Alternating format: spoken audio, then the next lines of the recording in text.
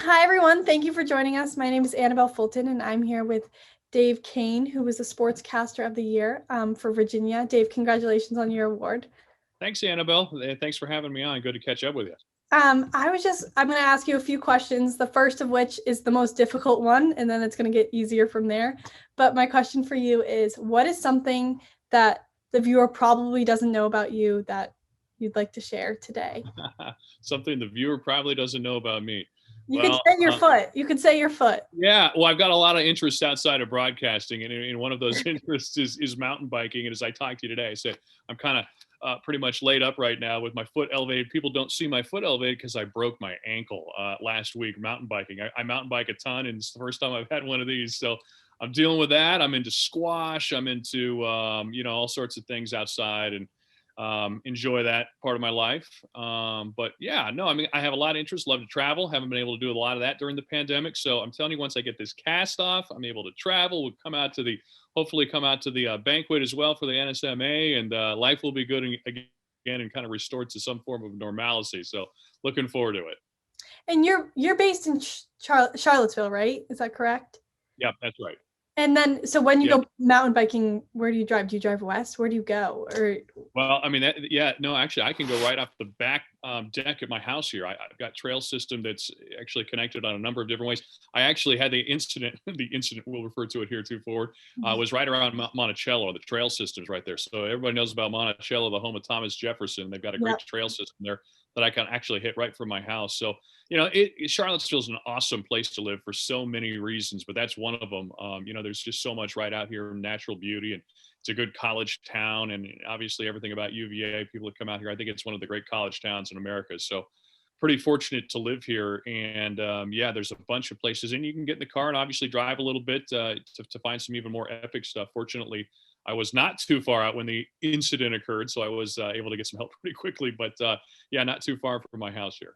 did you have your phone on you, or how did this all happen? You had your phone and you I called. did, thankfully, and I That's was in good. Celebrate, so I was able to get somebody to come out there with a gator and get to me pretty fairly quickly. I was sitting there for about 30 minutes or so as I was waiting for these guys to get there, looking at this mess down around my leg. But Oh so no. got through it, and hopefully bigger and better, faster, stronger, as the coaches like to say, moving forward.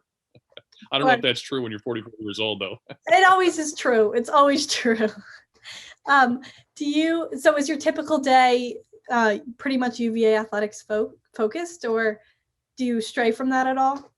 Yeah, of course. I mean, it just depends on what time of the year it is, and it depends on if I've got an injury I'm nursing like this.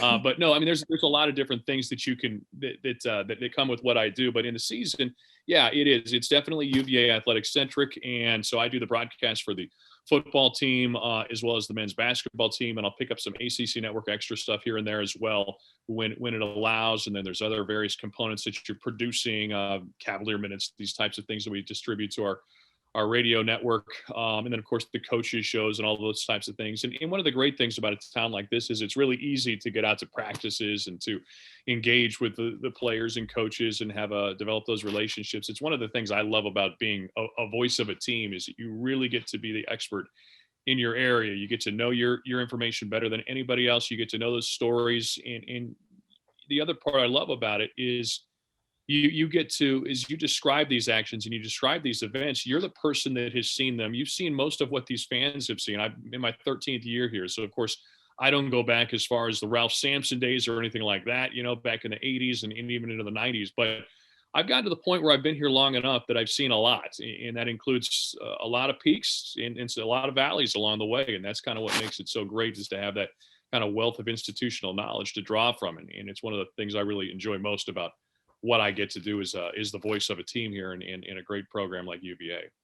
I guess that leads into my next question. What was the process for you to get to where you are now? Was it linear? Were there ups and downs? Can you kind of paint a picture of what it was like to be the voice of Yeah. teams at UVA?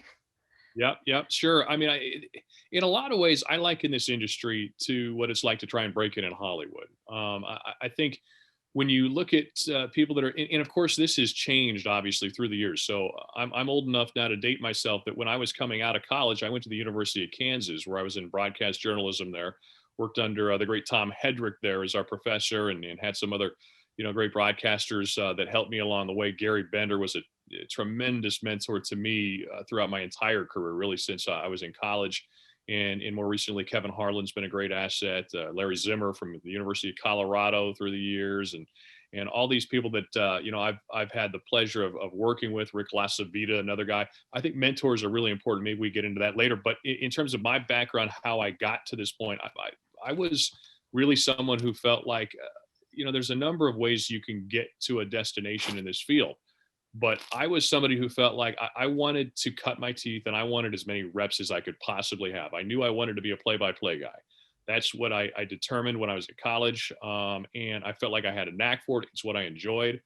And so with that in mind, I knew that whatever I had to do to get those reps. So I knew I was going to have to start small. And with that in mind, I went out after college, distributed some cassette tapes, again, to date myself here. This is before we had links and those types of things we were sending, but would drive around the state of Colorado, and which is where I'm from, and dropped off a number of these cassette tapes around to various stations that I thought might have the potential for a need for high school play-by-play or college play-by-play, whatever it might be. And the first job I got was at a small station in Loveland, Colorado, just outside of Fort Collins, sports, and I was selling it too. So I was doing Loveland High School at that time. And then I got shifted to their sister station in Estes Park, Colorado, which I took over a morning show. It was an all topics morning show. And I was definitely out of my sorts because it wasn't just sports. So I was definitely stretching myself when I wasn't on the air. And I was stretching myself when I was on the air because I was trying to get better at what I was doing. I was doing high school sports in Estes Park, which is where Rocky Mountain National Park is. It was a beautiful area, to be for about 7 months or so. And so, but it was definitely an opportunity to get some games. And then I got an opportunity to get my first college job at Sam Houston State in East Texas. So I was willing to go wherever the right job was for me at that time. And so I went to a small station in Huntsville, Texas. Actually, the station was based out of Madisonville, Texas, which is about 30 minutes away from Huntsville, where Sam Houston State is. And I was doing men's and women's basketball there. I was doing football. I was doing high school football, high school basketball, boys and girls. I mean, at no point in my career have I called more games than I did during that stretch of time. And I also took on some other duties, a little bit of sales, a little bit of morning show news hosting and that kind of thing, with a smaller station. And then as I was at that job, the broadcast rights actually ran out. So then at that point in time, it's not like I didn't have a job, but I wasn't going to be able to do college sports, which is the reason I was there. So I ended up going to Seguin, Texas, where I did Texas Lutheran football and men's basketball and some baseball there too. Did that for 2 years, met my wife there. And then we both moved up to Vermont, where I got the job as the voice of the men's basketball team at Vermont, where I also did minor league baseball for the Lake Monsters. So I was there for about 2.5 years, had a great time in all these places, loved Burlington, Vermont, where we got to live. And then ultimately this job presented, and I was fortunate enough to get first an interview and then to ultimately earn the job. And the rest, as they say, is history. But this was the break I'd been waiting for my whole career, where I felt like this was a job. So many times in this business, you are really in a position where it becomes a matter of attrition. How long are you willing to do this, making very little money, working odd hours, doing, difficult tasks sometimes associated with it, where you can finally get a job and you can really focus on what you love. And that's doing play-by-play and being a broadcaster in a great place that's going to be able to pay you in a manner too that's respectable enough that you can make a good living doing it as well. So I felt like that's what Virginia was, and it's really fit me like a glove as a person ever since. And as you can see, over a decade later, I'm still here. That's awesome. And would you say that your time in Texas and your time in Colorado kind of shaped you to be the sportscaster that you are today, and that you had mentors there and learned so much to get to the UVA level? Yeah, absolutely. I mean, it's so much. It's just like anything in life. What is the adage? 10,000 times, 10,000 reps makes a master. And I really believe that. I think that the more you do something, the more it becomes second nature, the more your true personality can come out.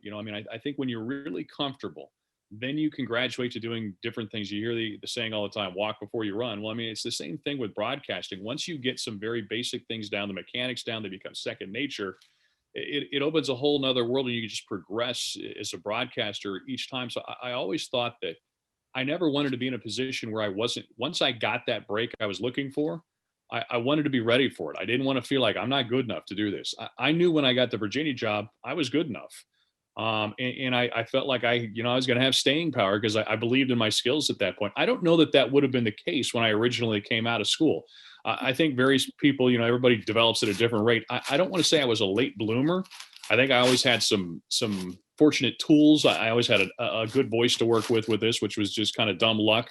But I definitely needed seasoning, and I feel like I got that in those early years and really developed my style and kind of my personality on the air in a lot of ways. So much of this is defining and learning who are you as a broadcaster. And that's something that doesn't happen overnight. It takes time. And, you learn things, you take pieces from this person or that person. You never copy, but you can integrate things that you like from other great broadcasters that you hear through the years and kind of incorporate it into your own. And ultimately, that's what forms you. So, yeah, those years were integral into forming the broadcaster that I am today. I would hasten to hear, I would, man, I'll tell you, I look back at some of the tape. I'd be fearful to hear. Let's put it that way. Some of those tapes from back in the year. It's cool Yeah, that oh man, your growth. yeah. Oh, there was growth. If there wasn't growth, I wouldn't be sitting here right now. I'll tell you that. 13 years in at UVA, because I don't think what I was doing was probably worthy of that back in the day. Did you know football, basketball, that was going to be your sweet spot, and those were the sports you wanted to cover, or did you come in more open to other sports? Yeah, those have always been my wheelhouse. I think for sure those are the sports I grew up watching, and I grew up following as a fan. I like baseball. I still like baseball. I don't love watching baseball. I don't quite have the patience for baseball sometimes. But baseball's fun to do in another way. It really is a great storyteller's forum. But I do feel like I've always been more of a football, basketball guy, and I've kind of been fortunate that my career has kind of lended itself to that as well. I mean, I think there's more demand for those sports in this country than anything else anyway. But now you're starting to see the emergence of so many other sports as well that are getting some much deserved publicity and burn as well. But yeah, those have been the two that have kind of been at the core of who I've been as a broadcaster throughout my career. And my final question for you today is, what has been, if you could relive one moment from your career? I mean, obviously, UVA basketball, I'm sure you've had some awesome moments. What would that moment be? Well, I mean, it's probably the obvious answer, and it'd be hard to dispute it. I mean, well, really, you could put them almost in sequential order. The Sweets, the Elite Eight, Final Four, and championship game in 2019 for Virginia basketball. I'll say that experience calling that tournament and that national title. I mean, a national title, any way you cut it, is an amazing experience, and I so fortunate to have been able to call one in my career. But that one in particular, the way it played out, the drama that was associated with it, everything that the team had been through the year before, losing to a 16 seed, the first one seed to ever lose to a 16. I mean, that is the lowest of the lows in college sports.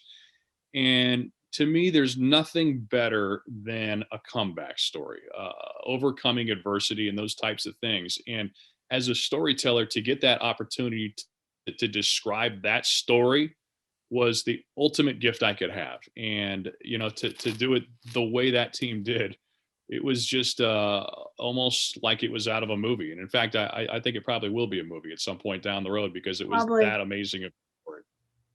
That must have been such a cool opportunity to be able to that just must have been amazing. Wow, good for you.